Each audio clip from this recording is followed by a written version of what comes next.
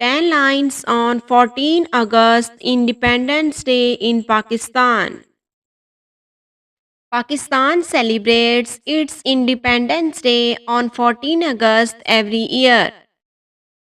It is a public holiday. This day marks the creation of Pakistan in 1947. On this day, we got freedom from the British rule. Pakistanis around the world celebrates this day with pride and joy. The day is marked with parades, flag raising ceremonies, and speeches. It is followed by the national anthem and live televised speeches by leaders. A number of award ceremonies are often held on this day.